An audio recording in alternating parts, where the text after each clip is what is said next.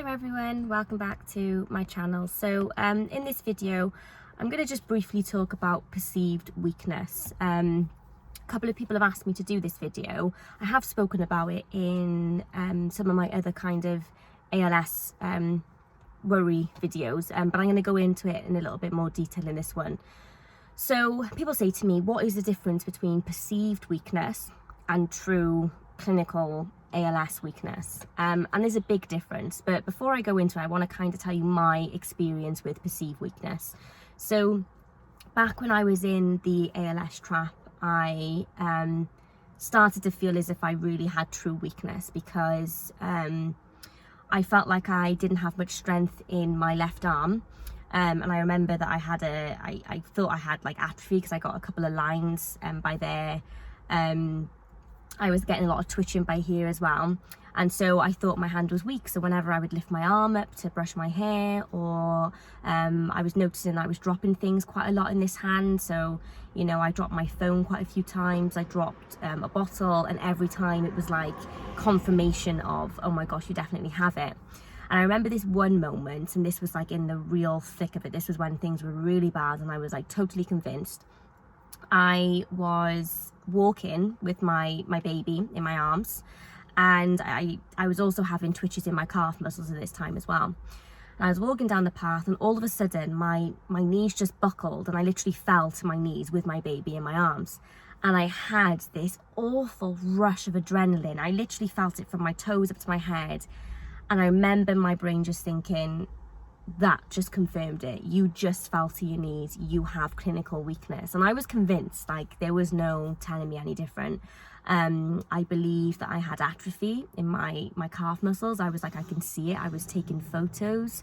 I was like doing all of these crazy checks, like standing on my tiptoes. And each day I felt like I was getting weaker and weaker and weaker. But that was all perceived. It was all in my imagination. And the problem is with health anxiety is when we focus on something and we start looking for things that we've never looked at before, things are going to feel weird and things are going to look weird. Like, I remember looking at my hands, and I don't know if you can see, but by here, let me try and I really want you to see this, and it's on my other hand as well. I don't know. So if you look, I know we can't really show. If you look at this area there, you might be able to see, but there's some dents, right? There, you can see better now. You can see those like little dents just by here. I was absolutely convinced that that was atrophy. And again, same with my calf muscles. So when we start to study ourselves in that way, and we're looking at areas of our bodies that we've never paid attention to, and we start to think about, how does my arm feel? Does my arm feel weak? Like, can I hold this? Let's do some strength tests. Of course, your muscles are going to get weak because you're doing things that you've never done before. So feeling weak is not a symptom of ALS. A symptom of ALS is true clinical weakness that can be measured and seen by a doctor or a neurologist. So when you go into A&E or you go into your doctor and, you know, you go in with whatever symptoms, they may sometimes do a neurological exam. Now, those exams, you know, I think they're kind of like underestimated. They're really good because they can show if any area of the brain is damaged, because certain areas will cause, you know, maybe weakness in your legs, or maybe your reflexes will be, you know, absent, or maybe they'll be hyper reactive. So those are really, really great exams to have. And so when a doctor is like, you know, testing the strength between your muscles and doing all of these things, and they tell you that you're fine, that's a really good sign, you know, because they can see and feel weakness. So if you go to your doctor and you have a neurological exam, or you see a neurologist and they do like a you know, maybe like an even more in-depth examination, and they say to you like you don't have any clinical weakness, then they won't refer you for an EMG. They won't really look any further, because you know, ALS is the key symptom of it. I know we all think it's twitching, but it's not. The key symptom is clinical weakness. So it's when a muscle stops working. It's not feeling weak. It's like you can no longer lift your arm up. You can't grip things anymore. Like you physically can't do it. It's not about, oh, my hand feels weak. It's like I literally can't grip around it anymore because that muscle and those nerves and those motor neurons are dead.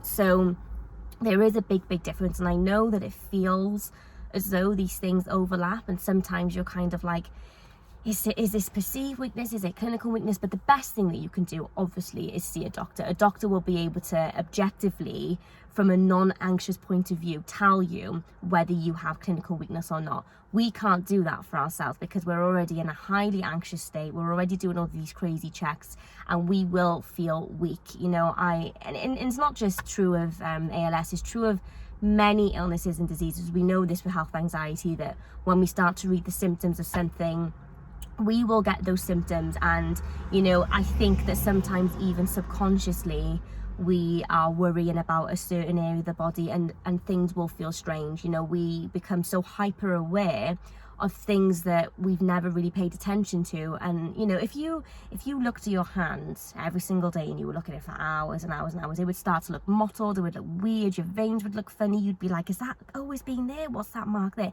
Because it's just something that, you know, we've always had. But once we tune into that, that's the problem with health anxiety, is that we start thinking that things are abnormal, but they're not. So I think just be reassured. I know it's hard, and I've been there, and sometimes it's not just as easy as going to the doctor. You know, sometimes our brain will still go on and on and on.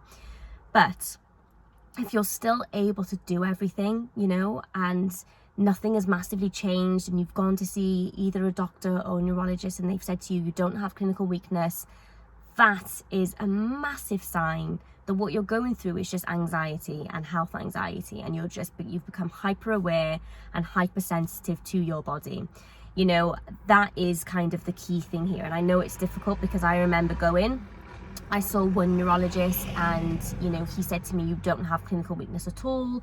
And I was like, yes, but I have atrophy and I have twitching, I've got like hot spots and things like that. And he just looked at me and was like, you don't have it, you know. He was like, he's like, you don't fit the criteria for it, you don't have clinical weakness, so therefore I'm not going to send you for an EMG because it's a waste of your time and it's a waste of the NHS's time. You don't need it. So yeah, I mean, sometimes you just need to go into your doctor and neurologist and just be honest as well and say, look, I have really bad health anxiety and my brain right now is convinced. Can you help me eradicate this fear? Like, can you give me some words of encouragement or of comfort to know that I'm not dealing with this? Because sometimes, you know, I've had experiences where I've gone in to see a neurologist and they're just like, no, you're fine, and they don't really want to explain. But for people like us, you know, sometimes we want a little bit more, and that's okay. Sometimes you just got to ask for it and just express that you're feeling anxious. But yeah, guys, there is a big difference between perceived weakness and actual clinical weakness. I know it's difficult, and I know that the perceived weakness feels so real, but if you had clinical weakness, it wouldn't just be you that would notice, you know, it would be your loved ones, you know, your doctor would see it. It's not going to be something that's invisible. ALS is something that can be seen by others. So I hope this video was helpful. If you have any tips for people who are worried about ALS, any knowledge, any words of wisdom, please pop it below in the comments. Also, if you're looking for ways how to manage and recover from your health anxiety, I now offer a Patreon where I put on exclusive content focused around how we can manage and learn to live with our health anxiety and how we can, you know, get to the road of recovery. So there's a ton of resources on there too if you want to join. There's various different tiers starting from £10, and the prices go up. And yeah, I will see you guys on my next video. Take care. Bye.